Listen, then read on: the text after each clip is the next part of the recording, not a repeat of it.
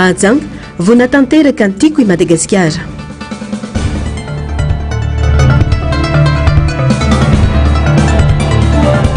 Andravoangy niditra an-tsehatra namany olany fokon'olona rehefa tsy nisy mpiaino.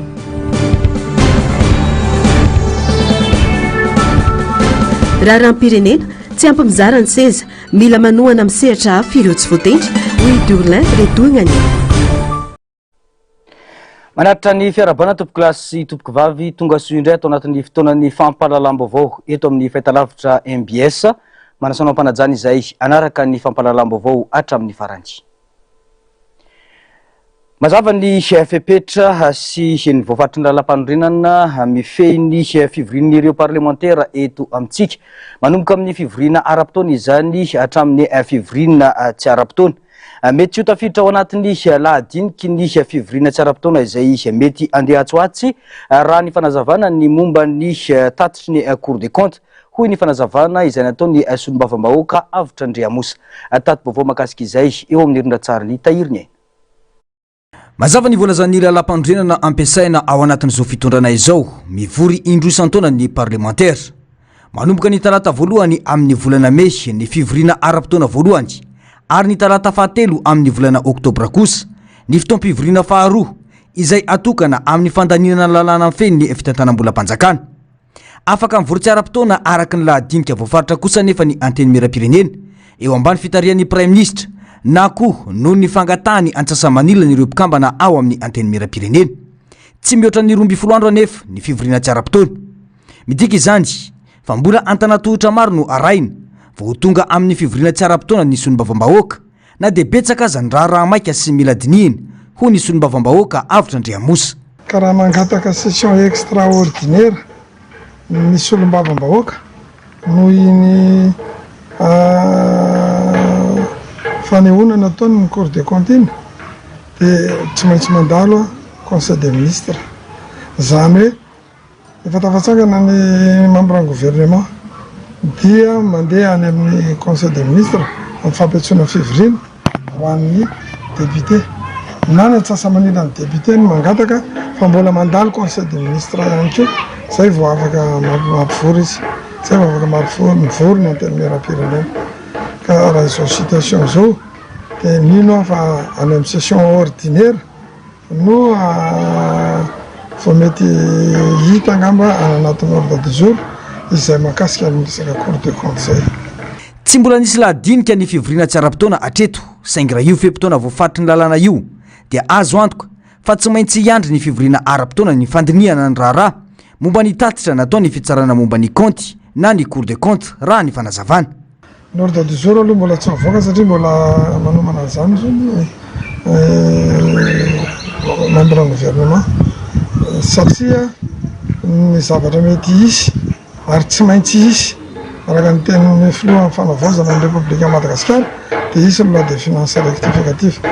Mazava ny rafitra sy ny fepetra amin'ny feny fivorian'ny parlementaire araka ny lalam-pandrenana na izany aza eo anatrehan'ny raharaha maika sy andraikitra lehibe miandry mipetraka hatrany ny fanamby amin'ny fahafahan-drafitra mamaly ara-potoana ny filan'ny firenena. Ny fotoana sy ny fanapahan-kevitra raisina no hitsarana ny fahombiazana izany ka irosona amin'ny tena fanavaozana marina hoy kosa ny mpanara-baovao Andrasana Antoiny. Fa tsy fotoana anaovana resabe intsony izao fa fotoana amalina ny etaetam-bahoaka hoy ny Général misotro ronono Désiré Ramakavelo androany. Tsapa hoy ity mpanaraka raharam-pirenena ity fa nisokatra tamin'ireo antoko politika lehibe eto amin'ny firenena ny gouvernemanta vaovao. Fitsipika napetraka ny vondrona sadekara teo izany ka tsy mahagaga raha no tanterahiny fanjakana amin'izao fotoana. Sariny Tahiriny aina. Ny endrika sy ny antoko politika ny avian'ireo mpikambana eo anivon'ny gouvernemanta Rajono Arsan dia mampiariary fa namaly ny fitakina sy ny fepetra napetraka ny sadeka ny fanjakana hoy ny faneho-kevitry ny Generaly Ramakavelo. Tsikatra koa anefa fa misy zazana vela ao anatin'ny gouvernemanta ka mety usakana amin'ny famaliana ny etaetam-bahoaka sy ny tolona izay natao izany hoy ihany ity mpanaraka ny raharam-pirenena. Ny fandio iray siny manko tsy maleo ny fandoto iray tandroka raha ny fanazavana. Ny fahafantarako azy dia namaly ny etaetany sadeka sy ny vondrona africaine ny fitondram-panjakana zay ho any fahitako azy a. zay mifahitako azy ka de akory moa atao fa zay zareo amin'ny fitondrana de izy zany mahita an'izay zavatra hoe fa niaty zay fotsiny apetraka foana ny hoe fandio raisiny tsy maleo amin'ny fandota ray tandoka azagako sika raha misy ny mamarara ao anatiny sonjoroay loasa ho ny faindena malagasy tsy ilozan'izay amarara ary nytanana zatra nitsotra sarotra ny vokona zay de anjaratsika mandanjalanja sy mamisavisa misitona lesona amin'izany faindena malagasy zany na izany aza hita ho be diplôma ny ankamaroan'ireo mpikambana eo anivony gouvernemanta antenaina ny fahendrena amin'ny fitantanana ny fiainam-bahoaka fa tsy ny diplôma efa niarahana ny aina teto mantsy nandritra ny fitondrana teo aloha ny gouvernemanta ho an'ny mpanambola 5 fahantrana ny vokany ny diplôma eo ihany fa tena ahavita ny fanavaozana no takina ve izy ireo ho iatrany ity manambolinaitra misotroroniny ity na metra-panontaniana gouvernemanta manam-pahaizana dolo izy rehetrarehetra ary zay fahaizany zay nefany a midika hoe misy fahalalana ary ny fahalalana midika fahendrena ary ny fahendrena miorona ny fahamarinana teny zay ve io gouvernemanta io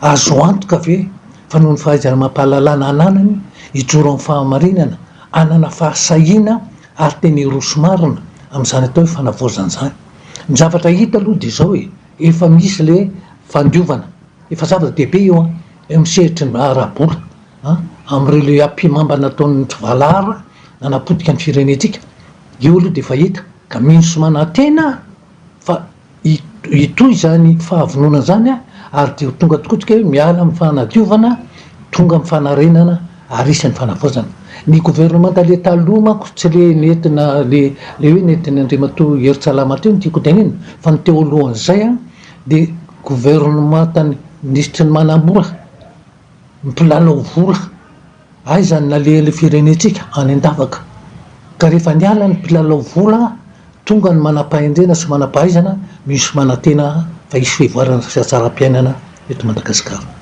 tsy ampy ny firafitra sy ny diplôma raha tsy hita taratra ny asa sy ny vokatra ho an'ny vahoaka gouvernemanta mahavita mamaly ny etaetam-bahoaka mitondra fanovana marina ary miala amin'ny fahadisoana efa nisy teo aloha no andrasan'ny malagasy fotoana iandrasan'ny malagasy vokatra izao fa tsy resabe intsony ho iatrany ny fanamafisana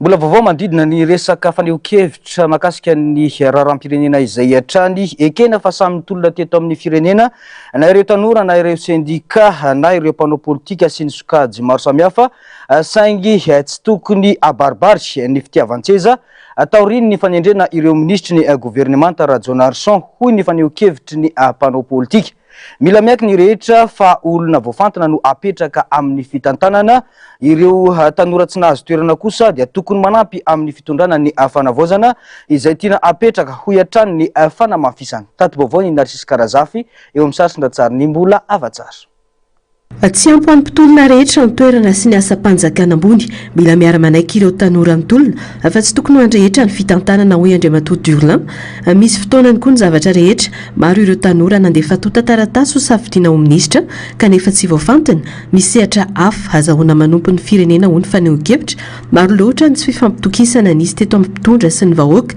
ary efa miezaka manarina zany tsikelikely ny fitondrana fanavaozana amin'izao fotoana mila manaiky alamina ny tanora ary mila manaiky ny fanapa-kevitra ny fitondrana mba ahafahana mandamina ny firenena ho ihany ny fanamafisana be dia be nandefa dossier ho eo amin'ny toerana zany ministra zany ao ny sasany nana entretien ao ny sasany tena tsy nana entretien mihitsy tsy nahazo an'ilay toerana zany tsy voatendry amin'ilay toerana dia mbola misy asa afaka nde ataontsika hoe iandraiketany zareo zany ho fanompona an'izay firenena satria ny manosoka an'ireo tanora reo nge ny tanora ohatranay koa dia te servir an'ilay firenena satria efa betsaka loatra zay nde ataontsika hoe tsy fisian'ny confiance entre ny vahoaka sy ny mpitondra zany ankehitriny nefa dia hitatsika fa mirétablir zany hoe miezaka mametraka an'izay confiance na fifampitokisana zany eo amin'ny vahoaka sy ny mpitondra zay zany ny fitondrana fanavaozana dia aleo hiasa aloha zareo dia anjaratsika zany manampy azy ireo amin'izay fanavaozana tia zareo apetraka zay zany mety amin'ny andraikitra hafa avokatra mivaingana azo tsapaitanana no andrasana amin'ireo minisitra mandrafitra ny gouvernement tarazo anarson ho ny fanamafisana mila miaro ny fanavaozana ireo minisitra satria tsy ho vitan'ny filohan'ny fanavaozana sy ny prime ministre irery any manarina ny firenena izy fetraka ny betsaka eto amin'ny firenena mantsy niady any moyen orient ary eo no amaritana sy hijerena ny fahaiza-manao ireo minisitra tokony ho tsapatsika io ady eo amin'ny Iran sy Israël sy États-Unis io dia na tiatsika na tsy tiatsika tsy maintsy hisy fiatraikany amin'ny ty firenetsika ty na io amin'ny lafiny ara-toekarena fa indrindra eo amin'ny lafiny resaka diplomasia ihany koa zany tatsika fa vaovao ny ministre raha rambahiny amin'izao fotoana zao hitatsika hoe hanahoana ny fomba hitondrany an'izay diplomasia zay zany eo amin'ny sehatra iraisam-pirenena raha ny atao anatiny kosa zany ady zany dia tsy azotsika idoviana fa misy lafy eo amin'ny resaka toekarena io zao nisy fotoana atsika somary ny panika teto Madagasikara teo amin'ny filaharana amin'ny tobin-dasantsy asa nahoana hoe hisy fiakarana ve dia andrasana zany mesure zay avy amin'ny ministère ny angovo sy ny akoranafo mahakasika an'izay ataontsika hoe fifehizatsika ny vidiny soloka zay zany na dia eo lay ady iraisam-pirenena zava-dehibe ihany koa ny fijerena manokana ny ady amin'ny kolikoly maro ireo miandrandra asa azo tsapaitanana avy amin'ny ministra ny fitsarana atao aorian'ny famoahany fitsarana amin'ny sanany kaonty ireo alatra behivava nisy teto amin'ny firenena hitatsika efa nisy le scandale be dia be reny hoe anahoana ny reconduction ny ministre ny fitsarana teo aloha zay miaraba azy manokana zay tatafaverina izy ary be dia be ny miandrandra azy surtout tamin'ny rapport zay navoaka ny Cour des comptes satria nanome toromarika ny filohan'ny fanavaozana ny hanenjehana ny olona tokony andraikitra amin'ireny fanodikondina mbola eo ihany koa ny fanaovana tantely afadrakotra satria nisy ihany koa volamena teo amin'ny 4 tonnes teo zay ataontsika hoe tsy hita hoe nanahoana ny fandihan'izany volamena zany izany rehetra zany dia taratra fa tokony ho choc ny ministre tsirairay zany ary efa nanome toromarika moa zany ny filohan'ny fanavaozana tamin'ny fanolorana ny mpikambana eo anivon'ny gouvernemanta zay fa mila an'izay solidarité gouvernementale satria tsy mety raha ohatra ka hoe ny sasany tena hoe choc ny sasany indray zany mifikitra amin'le toerany tsy tombotsoan'ny olombitso no katsahindreo ministra fa nytombotsoan'ny vahoaka malagasy ny fanamafisana anaty fanavaozantsika amin'izao fotoana ka io teny io no tokony ho lalan-tsaina arahana raha tena anavao marina ny firenena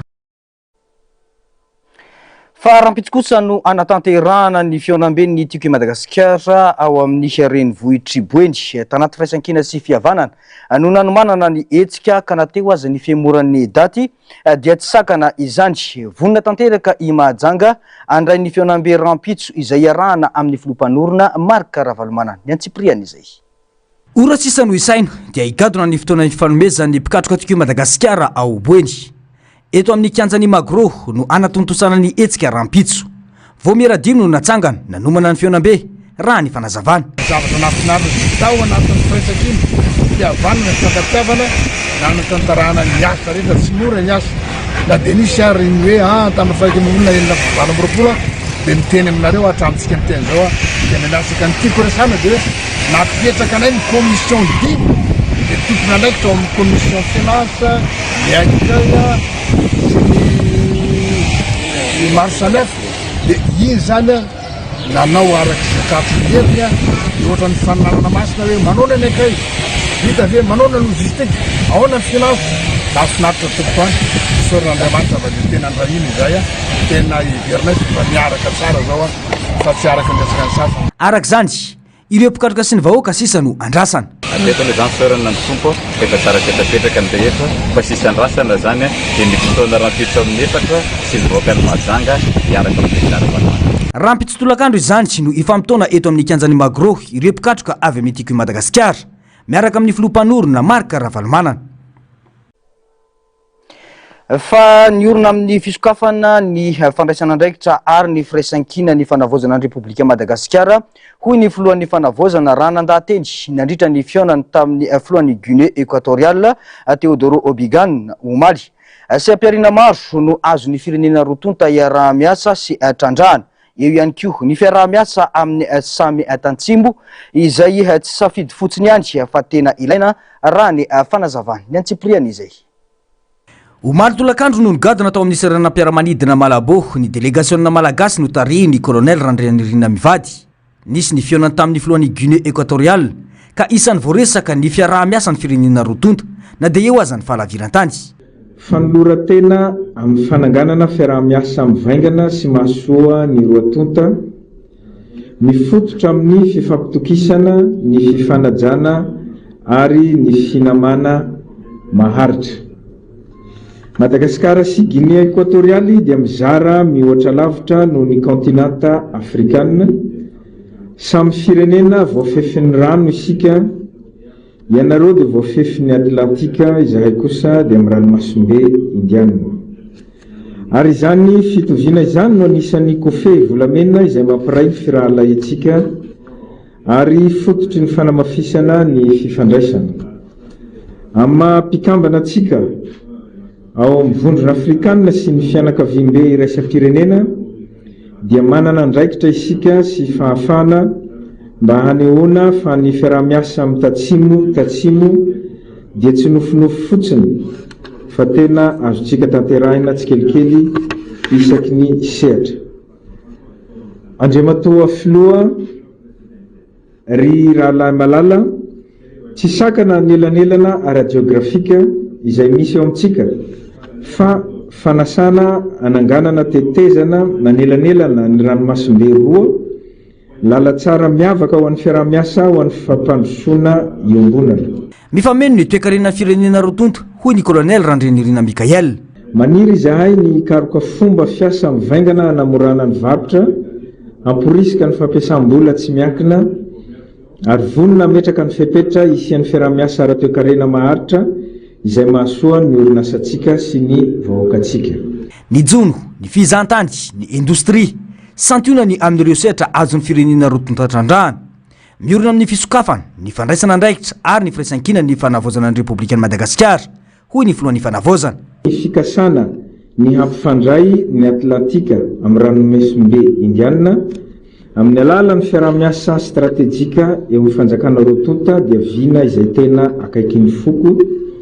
Ny fanamafisana ny fifandraisantsika dia hanampy antsika amin'ny fananganana tampajotra afrikanina miorina amin'ny firaisan-kina sy ny fifanakalozana izay mihoatra ny sistany sy ny halavirantsika.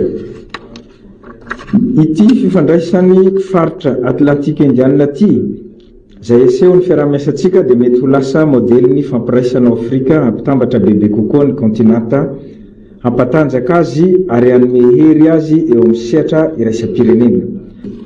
Tonga eto Guinée équatoriale ny tenako mba hanorina ny fototry ny fisakaizana mafiorina, ny fiaraha-miasa mavitrika ary ny fifandraisana mifantoka amin'ny hoavy. Ny fanamby antrehny firenetsika roa, ny fampandrosoana ara-toe-karena, ny fahavitantena ara-tsakafo, ny fivoarany angovo ary ny fiarovana an-dranomasina dia goavana. Saingy tsy ampihevitra atsika ireo fanamby ireo rehefa miatrika azy miaraka isika, miaraka amin'ny faharesen-dahatra fa ny firaisan-kina afrikanina dia tsy teny filamatra fotsiny fa tena hery. Ankoatra ny fihaonana tamin'ny filohan'ny Guinée équatoriale dia nijery maso ny toeram-pitrandrahana solika isan'ny lehibe indrindra aty Afrika ao Guinée équatoriale. Ny délégation malagasy nakalesona sitraikefa amin'izay fitrandrahana atao eto Madagasikara izany. Nijery an'iny site d'extraction na pétrole nijerentsika teo androany iny izay anisany ataontsika hoe site farany lehibe indrindra ty Afrika angamba iny ty Guinée iny izay manome hevitra hoe ahoana moa Madagasikara, ahoana moa zao zavatra zao tsy possible ny Madagasikara ary mampametra-panontaniana hoe fa ahoana Bembilanga sy Tsimborovo amataona mbola tsisy zavatra hita ihany hatramin'izao sao dia mbola misy site hafa koa any. Niona tamin'ireo malagasy monina sy miasa ao Guinée équatoriale ihany koa ny délégation malagasy voadinika tamin'izany ny momba ny raharam-pirenena amin'ny ankapobeny, ny ady amin'ny kolikoly sy ny resaka fananantany. Vaovao mahakasika ny tsoakevitra tao anatin'ny fivoriam-be ny firenena mikambana kosa indray eloka bevava eo amin'ny mahaolona ny fanondranana afrikanina sy ny fanandevozana raha ny tsoakevitra nolaniny ny fivoriam-be ny firenena mikambana ny alarobia lasa teo. Firenena 320 no nandany izany, 3 hafa nanohitra dia États-Unis, Israely ary Argentine. 12 hafa kosa tsy naneo ny heviny manoloana io fanambarana io. Firenena afrikana ny ankamaroan'ireo nandany ity tsoakevitra ity, ka firenena roa ihany no tsy naneo hevitra dia i Benin sy Madagasikara. Toe-zavatra tsy aradrariny indrindra miseho teo amin'ny tantara ny fanandevozana sy ny fanondranana afrikana, hoy ny faneho-kevitry Ghana. Samy manana ny tantara mifandray amin'ny fanondranana afrikana sy ny fanandevozana na i Madagasikara na i Benin. Raha ny vaovao navoaka ny TV5 Monde dia ny salasala momba ny lahatsoratra sy ny teny nambara fa eloka be vava indrindra i Madagasikara sy i Benin. Ho an'i Madagasikara manokana, raha ny vaovao ihany dia ilaina ny mamaritra iraisam-pirenena eo amin'ny sehatra iraisam-pirenena. Toanan'i Madagasikara ny ahatsiarovana ireo zavanseho saingy mamparisarisa ny firafitry ny teny sy ny lahatsoratra izay heverina fa anokatra olana vaovao eo anatin'izany ny resaka fanomerana. Ny alarobia lasa teo moa no nankatoavin'ireo firenena 320 nandritra ny fianamben'ny firenena mikambana tany États-Unis fa eloka be vava amin'ny maolona ny fanondranana afrikana sy ny fanandevozana.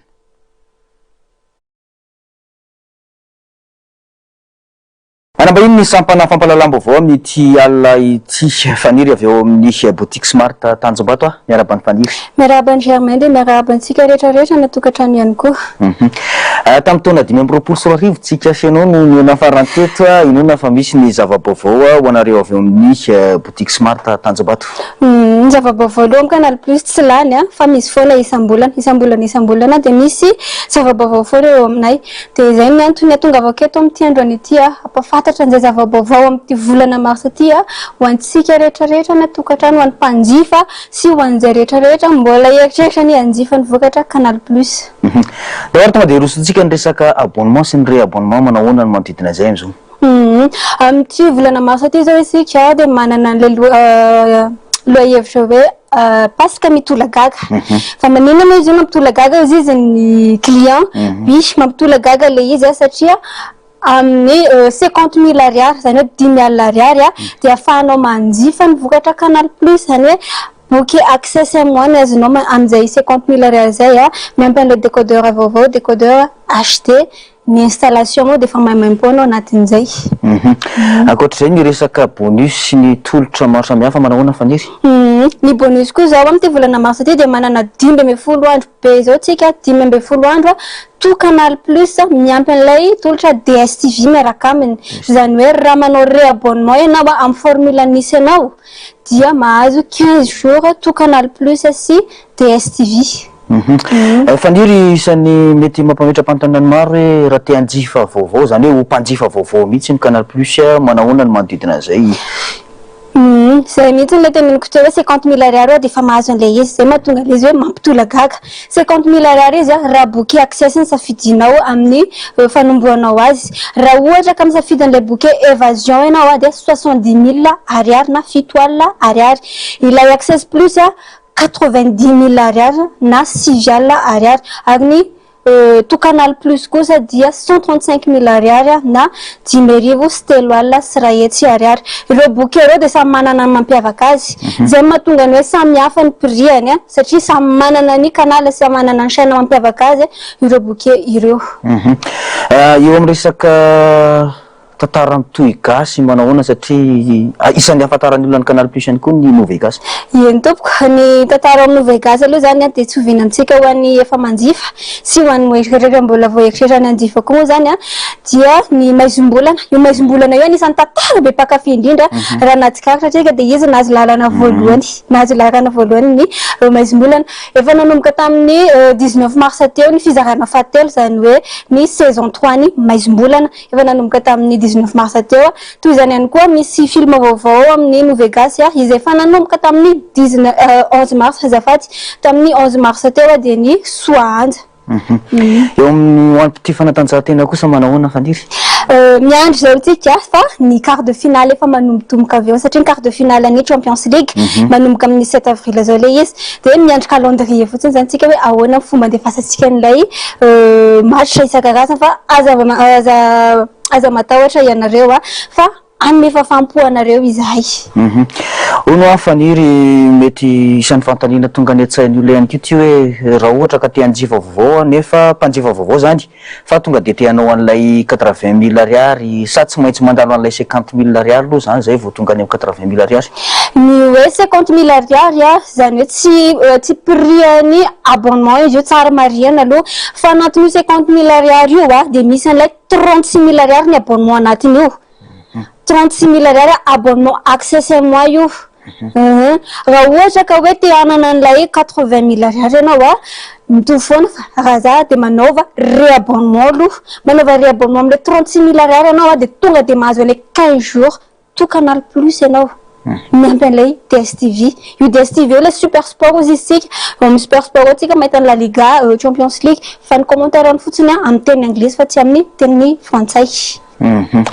Iny tsara fantatra aiza ny boutique somary Tatanjombato de aiza ny adresse azahoananareo ny larana finday. Manana adresse anankiroa izahay eo Tanjombato satria araky ny efa napitaiko teto amintsika tamin'ny 2025 teo zany misy ny stand Olympia zany amin'ny centre commercial Olympia efa misy ana ihany koa vao miditra amin'ny Olympia nareo de izahay no tazanareo voalohany eo amin'ny entrée satria akaiky ny ascenseur eo misy anay afaka manao resaka vente réabonnement tout ce qui est Canal Plus zany ny amin'ny Olympia zany mitovy ao amin'ny Smart ihany ny tolotra omenay ao amin'ny Olympia zany manerana Madagasikara zany mitovy amin'izay foana ny amin'ny Olympia. Ny boutique Smart efa tsy vaovao amintsika ao amin'ny Jumbo Score ao ny misy ny Canal Plus Smart Tanjombato. Iny tsara angamba raha misy afatra kely sy fanentanana kely ny afatra sy fanentanana kely atsika ny tokantrano any tongava manao réabonnement raha mbola tsy nanao réabonnement anao tamin'ity volana mars ity de tongava manao réabonnement fa azo ilay 15 jours tokanala ianao sy ilay tolotra DSTV miaraka amin'izay bonus 15 jours izay manaraka zay ihany koa saika diniko nilaza teo fa manomboka amin'ny 29 mars zao zany hoe rapitso dia misy an'ilay fifaninanana MMA voalohany eto Madagasikara zany hoe fifaninanana gasy izy io zany hoe malagasy mandray anjara amin'izy io de tsara isika raha manohana ireo champion tsika manohana ny vita gasy indrindra mandeha amin'ny Malagasy TV izy io amin'ny GSTV sport izy io manomboka amin'ny telo sasany tolakandro dia ny maranako anazy angambany ametraka ny laharana azahoanana eo amin'ny boutique Smart Tanjombato dia ny 034 53 631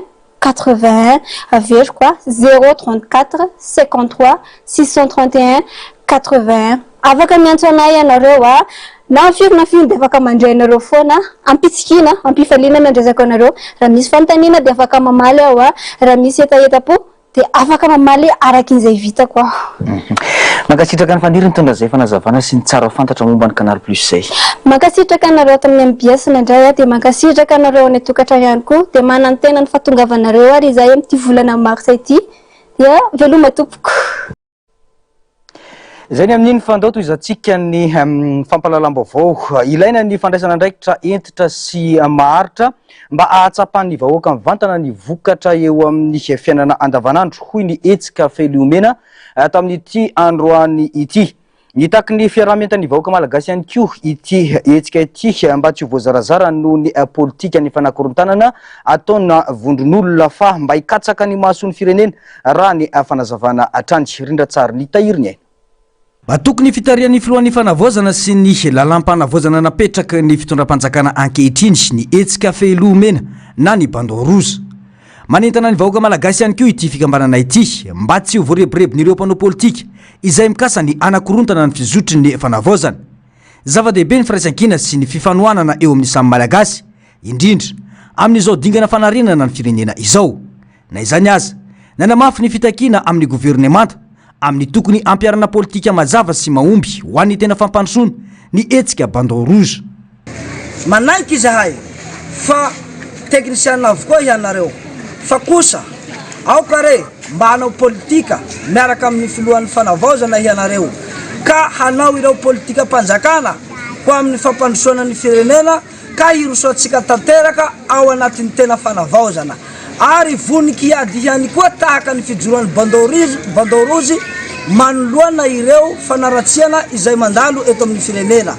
Ary eto ihany koa izahay dia mitondra teny fankaherezana ho any Andriamatoa filoha. Tsy mora ny adidimasina izay noraisinao satria na dia misy aza ireo andian'olombitsy izay minia manaratsy sy mandoto dia tsy nataonao sakana izany ho amin'ny fampandrosoana sy ny fanalana ny vahoaka malagasy ao anatin'ny fahantrana. Ary mankahery ihany koa ny membre Bande Rouge manerana ny nosy izay mijoro amin'ny fahamarinana fa kosa manohitra ny tsirariny ary sarotiny amin'ny tsy fahamarinana izay misy eo amin'ny firenena. Notspiny fa tsy hitondra soan'ny firenena velively ny fikasana amboly adipoko na fampisarahana mifototra amin'ny fiaviana. Lavina sy toeriny izany ho iatrany izy ireo. Izahay dia manao mafiatrany ary tena sarotiny ho an'ireo izay mieritreritra anakorotana eto amin'ny tany sy firenena. Indrindra fa ianareo izay te hivohy ny resaka fanavakavahana ara-piaviana. Marina fa zanaky ny faritra no mitondra sady ny malagasy dia iray ihany. Satria efa samy mitondra teo avokoa ny solotenan'ny renivohim-paritany rehetra. Koa toerinay ireo manana fisain-dratsy eto amin'ny tany sy firenena. Ary sarotiny izahay Bande Rouge Tomasina amin'ny fiarovana ny fitondrana fanavaozana izay tarihany Andriamatoa Colonel Mikael sy Andriamatoa Premier Ministre Mamotina Rajonarson ary ireo membre gouvernemanta rehetra. Ary vonatrany izahay Bande Rouge Tomasina maneran-nosy hijoro sy aro izao fitondrana fanavaozana izao. Tanora mpisetra amin'ny politika sy mpianatra ny ankamaroan'ny mpikambana ao anatin'ny hetsika. Mazava arak'izany ny tanjona dia ny anohana ny fanavaozana sy ny firosoan'ny fitondram-panjakana amin'ny fanatanterana ny fanavanatiana izy ho fanarenana sy ho fampandrosoana any Madagasikara raha ny fanazavana atrany. Fa iverina atao anatin'ny commune Antananarivo renivohitra isika izay renivohitry Madagasikara na dia rotsakorana kely monja aza no latsaka teto an-drenivohitra alina dia niseho sahady ny fahasahiranana ho an'ny mponina amin'ny faritra sasany teto an-drenivohitra. Ho an'ny ao Andravoahangy manokana dia mbola miverina atrany ny olana amin'ny fahasimban'ny fotodrafitrasa sy ny fikorontana ny fivezivezena. Efa nisy ny vola sy ny asa voalaza fa natao anarenana izany kanefa dia mbola tsy hita taratra amin'ny zava-misy andavanandro ny vokatra izany. Manoloana izany leo ny fampanantenana ny mponina ka nanapa-kevitra ny andray andraikitra samirery na dia tsy ao aza ny fanoanana avy amin'ny fanjakana fohibe. Ny antsipiriana izay eo amin'ny rindra-tsary ny tahiriny.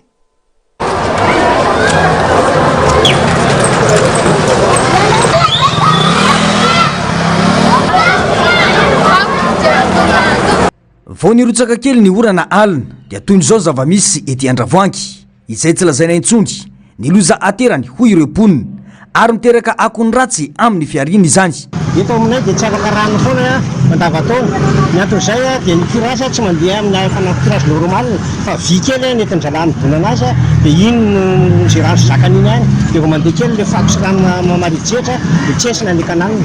Satria dia miteraka fofona izy io ary miteraka accident amponiny ety aminay miteraka tsy fahasalamana ilay fofona ateraka ilay izy ary mampiena ny arkarena ety aminay satria dia miena ny fihetsena makaty Andravoahangy no zay antony be dia be zay. Rehefa avy ny orana dia tonga dia rano tsy azo aleha mihitsy ty lalany eto amin'ny rotsorotsy ohatr'izay koa ny aty amin'ny banky aty tsy azo aleha tonga dia rano daholo maty ny lalana. Io rano io zao rano avery amin'ny motile letsy amin'ny karany etsy misy rano mivoaka foanao fa tsy mety afaka mihitsy le rano ao dia mitarika makaty nafahavaratra na ririnina na lohataona rano foana ny eto Andravoahangy. 23 tapitrisa ariary no voalaza fa lany tamin'ny fanamboarana amahana ity olan'ny mponina ity volana vitsilasy izay saingy atreto mbola izao ihany no zava-nisy. Milaza ireo mponina fa volana arina fotsiny ny 23 tapitrisa ariary raha izao zava-misy izao. 385 millions d'ariary no nanao an'io. Miasa nefa ny kitoto be ny olona fisan'antsinandro ary ankizy mpianatra amin'ny PPR latsaka ao anaty rano io kanalina kely io kanal io nefa ny ohatr'izao ny laliny kanal rehefa nanontany ny mpanao an'io aso io zay dia eo katreo ihany ny contrat nefa ny rano tsy mandeha zao eto varitra varitra ranomasaka kafe somofo sakafo no hoanina eto mivalitra daholo no mameno ny tanàna fiarahamonina mitsimba ny zazakely tsy salama fofona ateraky ty rano maloto miangona eto amin'ny devana ity. Zay raha miplaky sy ny fanambarana nataony tetya dia milaza fa nahazo foloandro izy natateraka an'ilay asa misy koa nefa ireo lakan-drano zany am'izao fotoana dia tsy niverina tsy nitoya ilay asa fa dia omay ary lozalozany nohon'ny zava-misy teo aloha ny fiambonan'ny rano vitao. Leo mitaraina ny vahoaka leo fampanantenana koa anyheriny ny roso tamin'izay vitany tamin'ny alalan'ny Tsipaipaika. Efa betsaka ireo fitarainana natao, efa maro ny antsoavina lefa saingy atramin'ny androany na solombavam-bahoaka aza tsy nandalo hoy ny fitarainana. Ny rosona ny fanamboarana beton atao amin'ny sisin-dalana sitrany ay azahoana amin'ny famezivezy hoy ny fanamafisana. Determinisme moa zahay zany fokony eto manao zay napetetenanay satria le rano io na avy orana na tsy avy orana miakatra foana dia tsisy antanan'ny vahoaka zany ao anatin'ny mpividy ao anatin'ny mpianatra dia zay ny antony zay zany ny nanamboatra ny beton ohatran'izao mba farabaratsy tsy antanan'ny olona ny anaty rano satria le araky le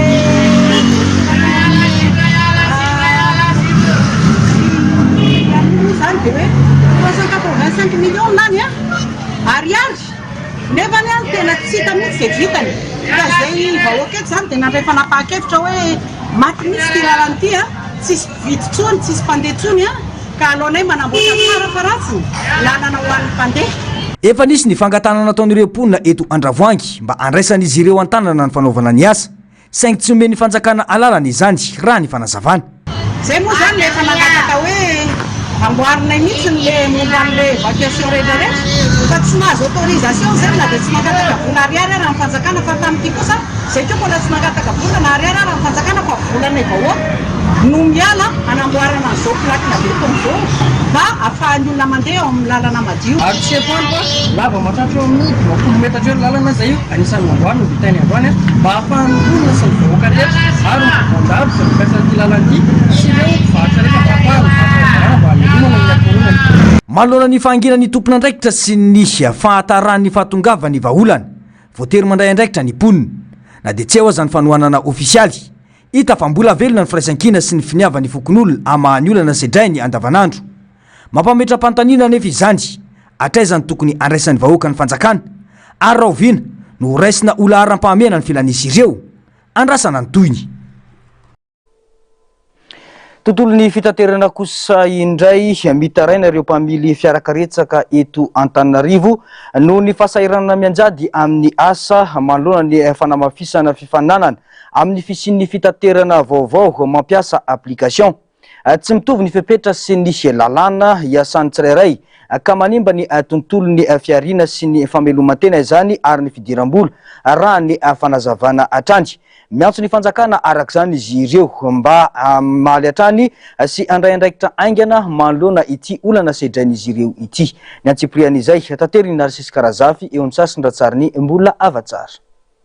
Miatrika fasahirana nagoavana amin'izao fotoana ny sehatra ny fitanterana taksi eto Antananarivo renivohitra araka ny fitarainan'ireo mpamily fiarakaretsaka mahafaitrany ny fifananana noho ny firoborobon'ireo orinasa tsy miankina mampiasa application amin'ny fitanterana olona izay averin'izy ireo fa manohitohina mivantana ny asany.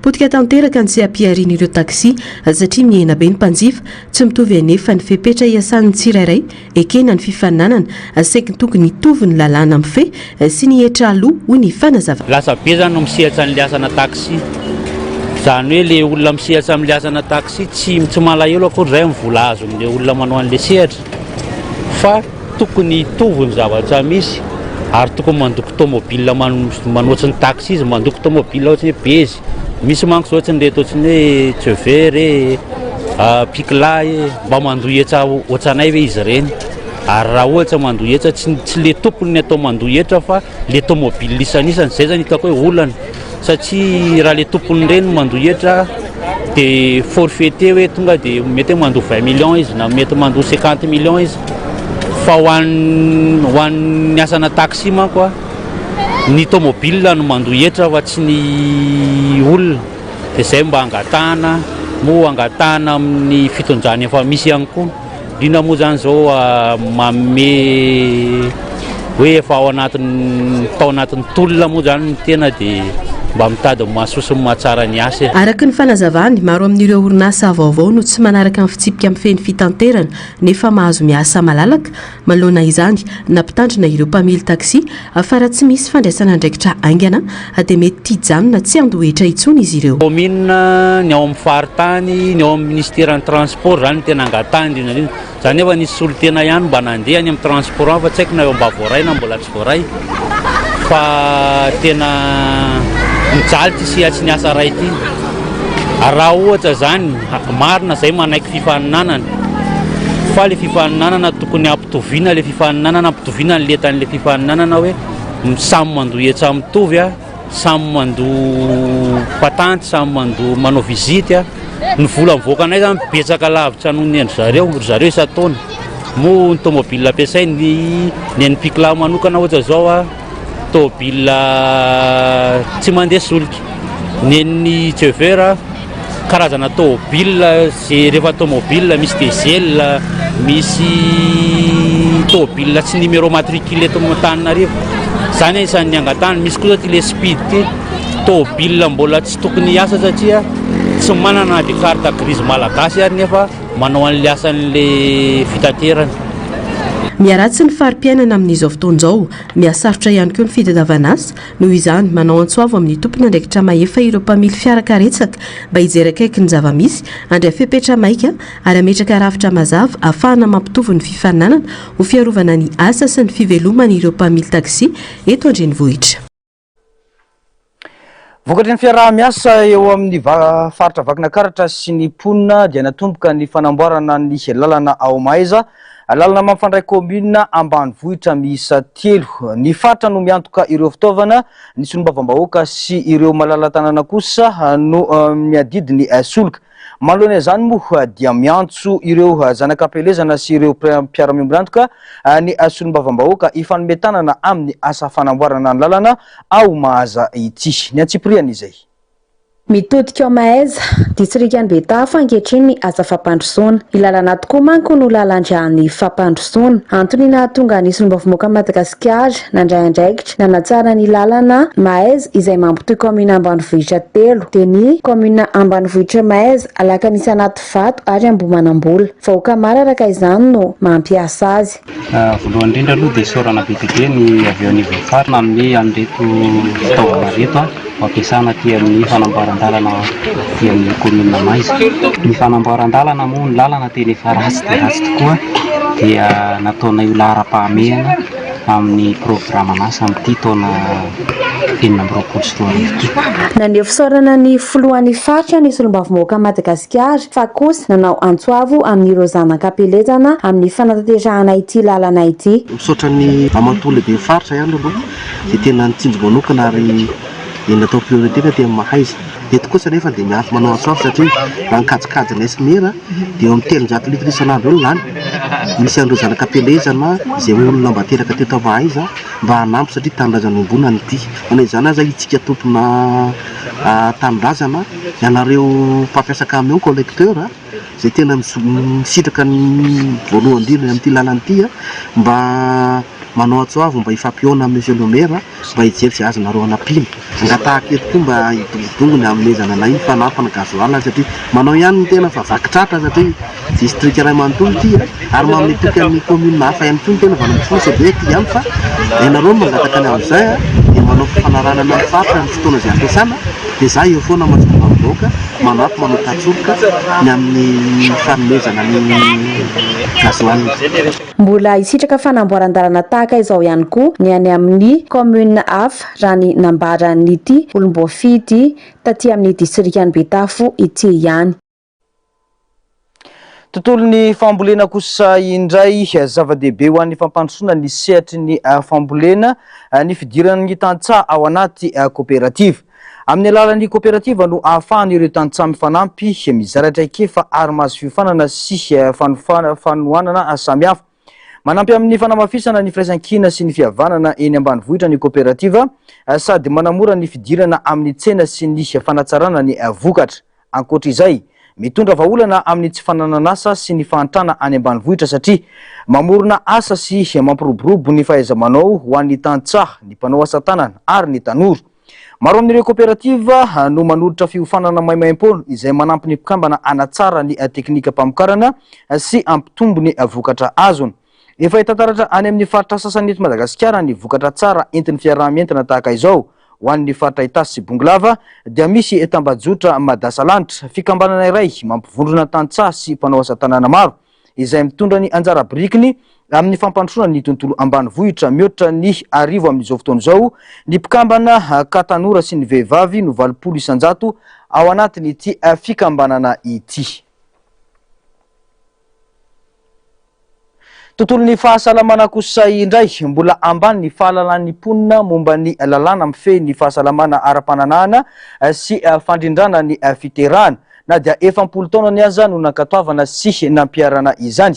Voakasika manokana amin'izany tsy fahasalamana izany ny vehivavy, ny ankizy ary ireo olona manana fahasembanana izay misalasala mampiasa ny azo ananany. Ny antsiprian'izay atatery na Sisikarazafy eo amin'ny saritsin-datsara ny mbola avatsara. Maro amin'ireo olom-pirenena no tsy mahalala ny votoaton'ny lalàna momba ny fahasalamana ara-pananahana sy ny fandrindrana ny fiterahana. Ny lalàna laharana 7.24 atsipika 3.7. Maro amin'ireo olom-pirenena indrindra fa ny vehivavy sy ny ankizivavy no tsy mahalala ireo zo sy andraikitra voafaritra ao anatin'ity lalàna ity. 10 taona aty aoriana nankatoavana azy. Maro amin'ireo olona manana fahasembanana ihany koa no tsy samiroso amin'ny fandrindrana ny fiterahana sy miresaka mikasika ny fahasalamana ara-pananahana kanefa zony feno zany.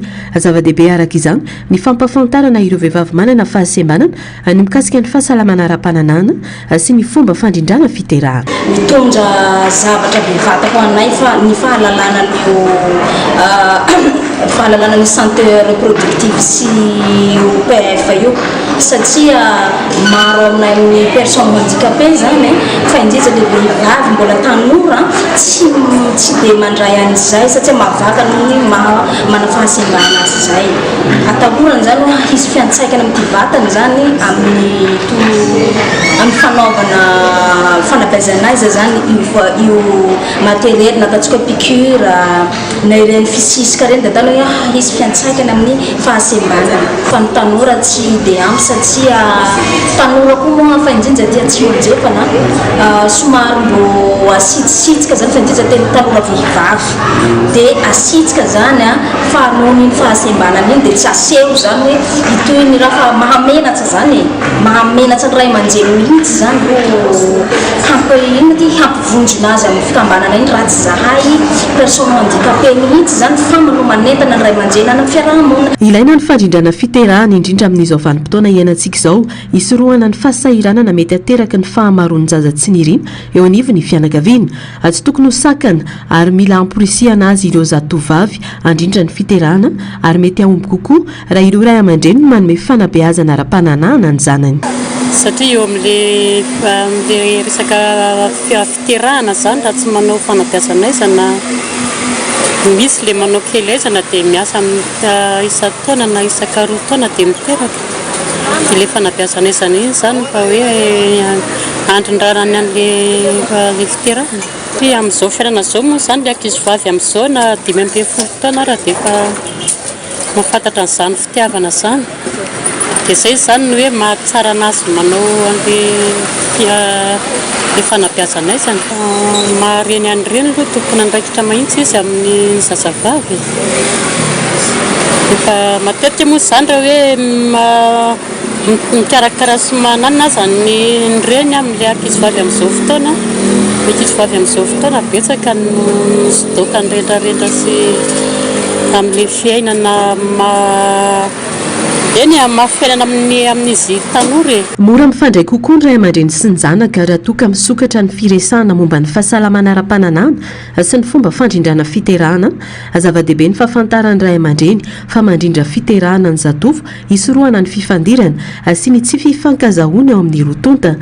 Ilaina ihany koa anefa ny fisokafan'ny ray aman-dreny amin'ny zanaka mba tsy hijanona ho fady ny firesahana ny fahasalamana ara-pananahana eo anivon'ny tokantrano hoy ny tanora. 15 dia ilaina satria raha ohatra zao ianao hoe mbola mpianatra ka hoe manao firaisana ranova dia mety hoe bevoky ianao dia nefa ianao tsy manao an'ilay izy dia ngamba fantatra indray aman-dreny amin'izay fantatry ny ray aman-dresy atao. Anisy ny fiolana manokana natao tamin'ireo tanora sy vehivavy manana fahasembanana atao amin'ny maison des jeunes Ankilafy atao Tuleary.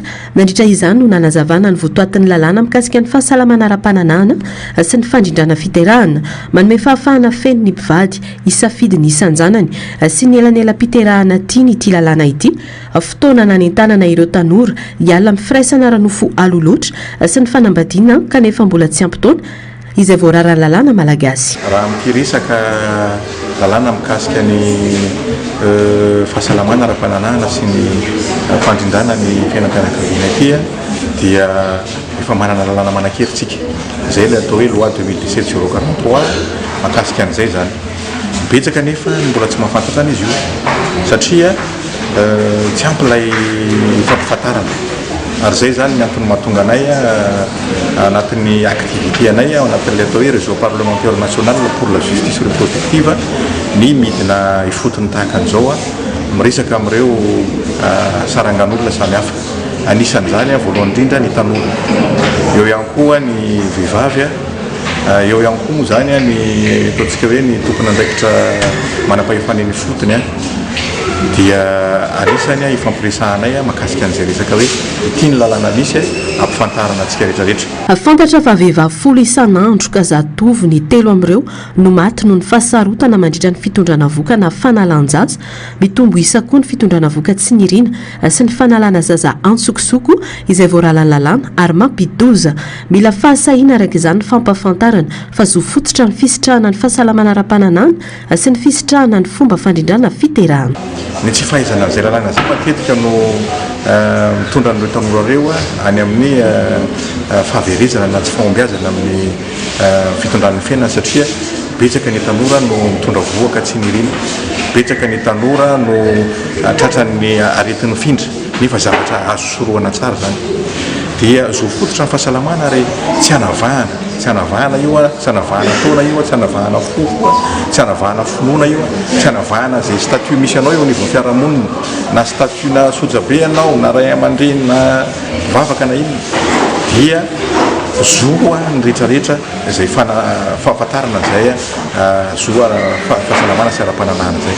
Ka noho izany indrindra ny vidinanay fotony ohatran'izao zany dia mahazo retour zay dia ny zavatra hevitra entin'ireo izay miresaka aminay no entinay anatsarana ny lalàna eny anivony amin'ny teny merapirenena. Anisy moa ny antsika fanentanana lehibe natao ny 7 hatramin'ny 20 martsaina 20 tao Tuleary no karakarain'ny El Pass Afrique francophone sy ny tambazotra ny parlementaire nasionaly ho an'ny irary ny ara-pananahana eo anivony anteny merapirenena miaraka tamin'ireo fikambanan'ny tanora, mpahay lalàna, mpiaro ny zon'olombelona ary ny tambazotra ny mpanao gazety ireo mampisainy Madagasikara.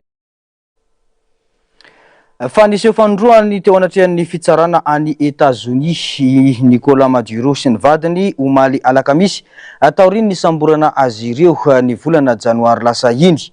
Momba ny resaka fandroana rongony atrandry no eloka hiampangana azy teo anatrehan'ny fitsarana.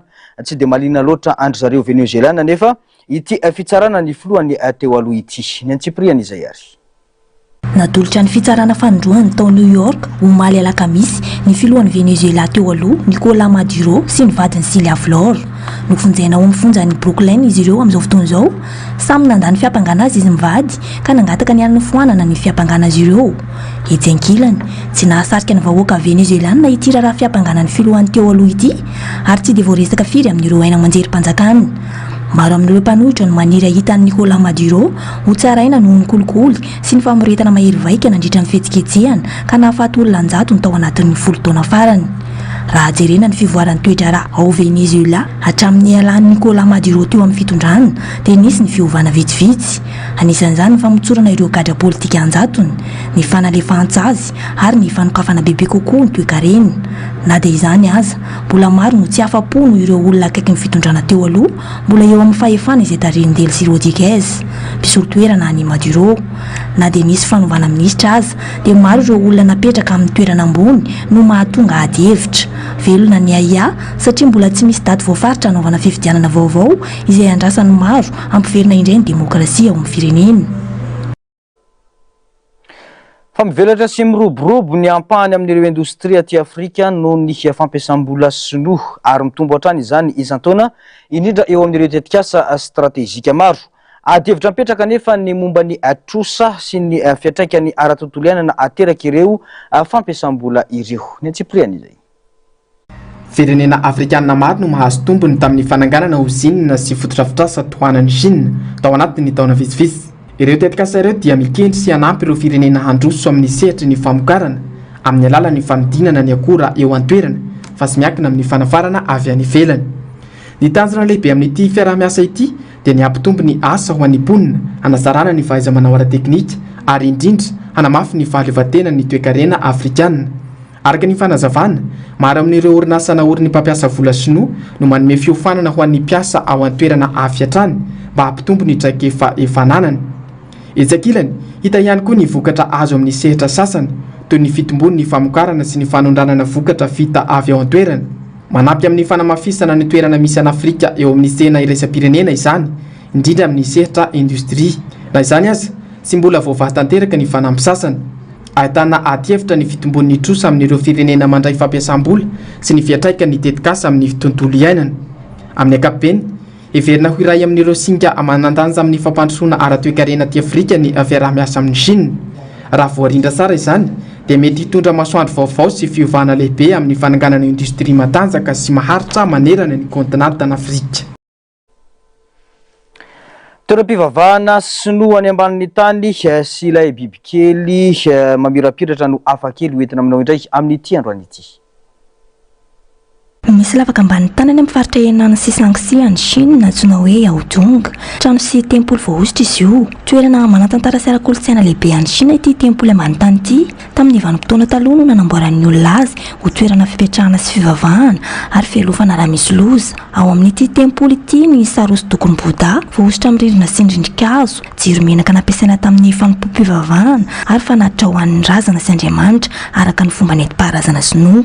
Rehefa hanao vavaka sy fanompoana, hitady fiarovana sy fanasitrahana ary vintana dia miditra ao amin'ny efitra lehibe misy Bouddha lehibe, mampiseho fahendrena sy fahaiza-mamorona mampiavaka ny kolontsaina sinoa izy ity. Peacock spider no anaran'ity bibikely mahafatifaty ity. Any Australie no ahitana azy, eo amin'ny 4 amin'ny 10 mm ny habeany, fa ny landra indray kely kokoa ny vatany saingy ngezangeza ny lohany. Ny lokon'ny peacock spider no mampiavaka azy amin'ny biby rehetra satria manana karazana loko hafa kely mahafinaritra izy. Ny lahy ohatra dia manana loko marevaka sy mamiratra ary matetika misy volon-tsokola, manga, mena na mavo miaraka amin'ny lamina manintona eo amin'ny vatany mba hisariana ny vavy. Ny vavy kosa indray tsy dia marevaka loatra, matetika somary milamina kokoa mba ahafahany miafina amin'ny biby mpanjava. Bibikely ny sakafon'ny peacock spider. Araka ny fantatra dia misy karazany 80 mahery ny peacock spider any Australie. Tapitra ny fampahalalam-baovao tsika tompoko lahy sy tompoko vavy, ny fampahalalam-baovao no farana fantenako mbola iaraka aminao rehefa avy eo ao anatin'ny fandaharana dinika andraisantsika ny vahiny amin'izany ny filohan'ny fikambanan'ny ben'ny tanàna manerana any Madagasikara. Mandrapitafa vetivety ary tompoko lahy sy tompoko vavy.